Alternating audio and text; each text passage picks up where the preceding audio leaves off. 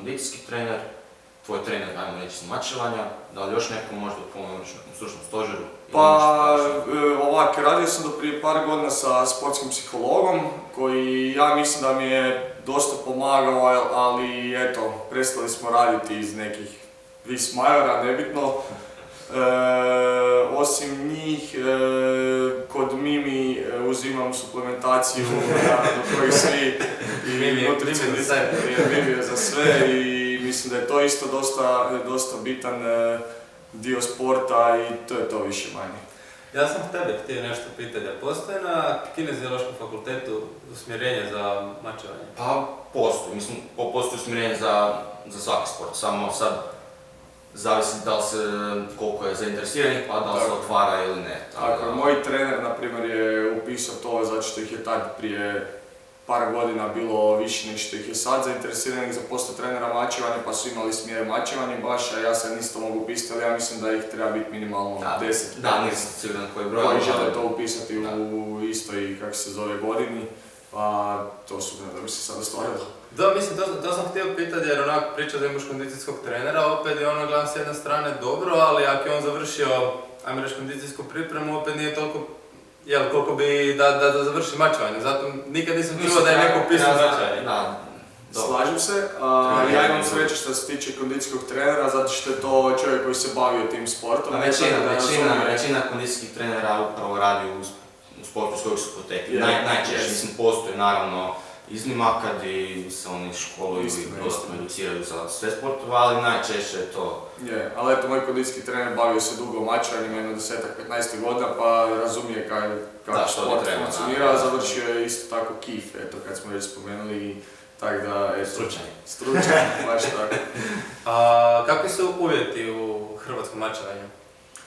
Pa ovak, uvjeti, Savez ima dovoljno novaca da isfinancira jednog ili dvojicu kako spada, kako bi oni uspjeli ostvariti neke vrhunske rezultate, a nažalost nemaju za više njih, tako da u mojem slučaju, s obzirom na to da sam broj 1 u Hrvatskoj zadnjih par godina, Savez me stvarno pokriva jako dobro, a šta Savez ne pokrije klub u kojem jesam, tako da turnire, pripreme i ostale stvari sve plaća klub i Savez, ja ne trebam dati svog džepa, niti moji roditelji, ni tako dalje, ali to je ono što sam pričao, znači dobra stvar u tome što sam ovdje jedini i fali mi ovaj sparing je to što imaju novce za mene, a danas je 5 ne bi imali, a opet loša stvar je to što mi fali sparing, pa iz istog razloga moram ići na te pripreme koje mi oni plaćaju i tako.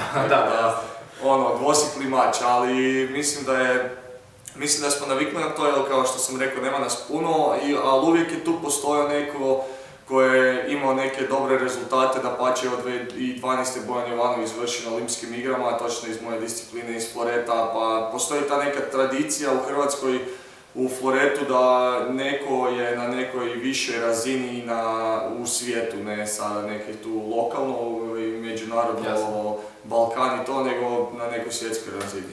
Koju ti imaš kategoriju? Treća. A šta bi trebalo napraviti da budeš druga ili prva?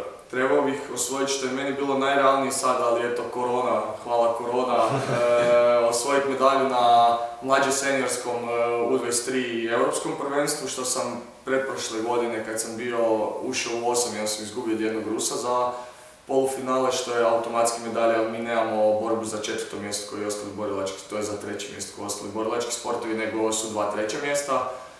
Ili osvojiti seniorski svjetski kup, eto isto tak malo nedoumica u tom svemu jer je njima to isto, a to je onak 2 različita svijeta jer ja stvarno mislim da bi mogao uzeti medalju na Europskom U23, a da se osvojiti svjetski kup mislim da imam još da raditi. To je druga kategorija? To je druga kategorija. Prva kategorija su samo medalje na velikim natjecanjima ili ti olimpijskim, europskim i svjetskim prvenstvima. Znači nemaju milosti, ja? Nemaju milosti, da. A koliko je trener bitan u svemu tome tebi? Pa mislim da je trener jako bitan. Trener je neko ko, osim što s njim provodiš ne znam koliko sati dnevno, stoji u kutu tvom na turniru i govoriti ono što ti ne vidiš iznutra, on vidi izvana šta bi trebao popraviti, šta bi trebao početi raditi, šta bi trebao prestati raditi.